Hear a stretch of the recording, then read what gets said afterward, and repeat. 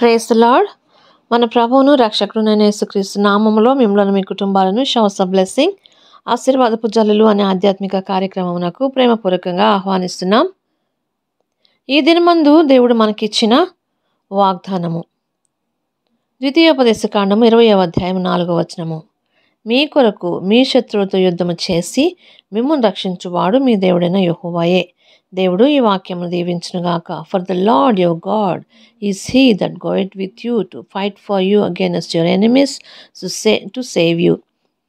Deuteronomy 20th chapter and 4th verse. May the Lord bless this word. Emmanuel Church 21 Days of Promise ప్రేయర్స్లో మరి ఈ దినమందు 5వ దినము మరి దేవుడి చింటిక వాగ్దానం మనం ధ్యానం చేద్దాము. దేవుడు అంటున్నాడు, మీ కొరకు మీ శత్రువులతో యుద్ధము చేసి మిమ్మును రక్షించువాడు మీ దేవుడైన యెహోవాయే. అనేక పర్యాయములు ఇశ్రాయేలు నిమిత్తం దేవుడు మరి ఆయన యుద్ధం చేసినట్లుగా మనము చూస్తూ ఉన్నాం. వారి పక్షాన ఆయన పనిచేసినట్లుగా చూస్తున్నాము. అలాగే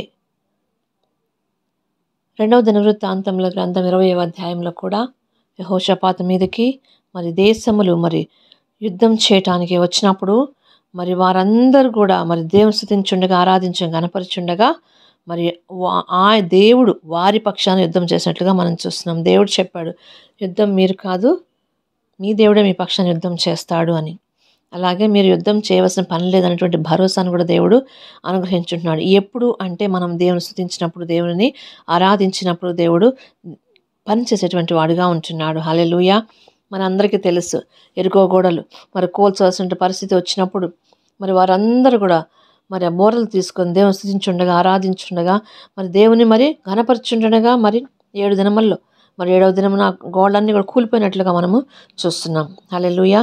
కాబట్టి మీ కొరకు మీ శత్రువుతో యుద్ధము చేసి మేము రక్షించువాడు మీ దేవుడని యెహోవాయే అని ఈ యొక్క వాగ్దానం మనతో మాట్లాడుచుండగా మనము మన హృదయం జంకనీయకుండా, భయపడకుండా మరి మన దేనికి కూడా మనం చింతపడకుండా మనం చేయవలసింది కేవలం దేవునిని స్తుతించుట, దేవునిని ఆరాధించుట, దేవునిని ఘనపరచుట. హల్లెలూయా.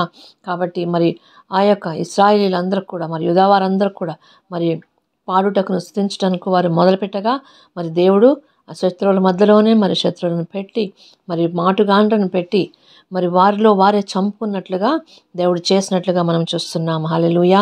కాబట్టి మరి వారు కొల్ల సమం అది అక్కడ కూర్చుకోవటానికి ఎన్నో దినములు పట్టినట్టుగా కూడా మనము చూస్తూ ఉన్నాం. హల్లెలూయా. చూడండి, మన శత్రువులు మన ఎదుట నిలవకుండా పారిపోవటానికి మనం కలిగినటువంటి ఆయుధము స్తుతి, ఆరాధన. హల్లెలూయా. కాబట్టి ఆ స్తుతి, ఆరాధన అనేది మనం మర్చిపోకుండా దేవుని స్తుతిస్తూ ఆరాధిస్తూ గణపరుస్తూ మరి ఆ యొక్క విజయాన్ని యెహోవా నిస్సి ఇచ్చేటువంటి విజయాన్ని మనం పొందుకొని ముందుకు సాగుదాం. దేవుడు ఈ వాక్యమును దీవించుగాక. ప్రార్థన చేసుకుందాం. మహాఘనుడా, మహోన్నతుడా, మా మంచి చేసే పరిశుద్ధ నామమునకు స్తుతులు స్తోత్రములు తండ్రి, నీకు వందనం చెల్లించుకుంటున్నాం నాయనా.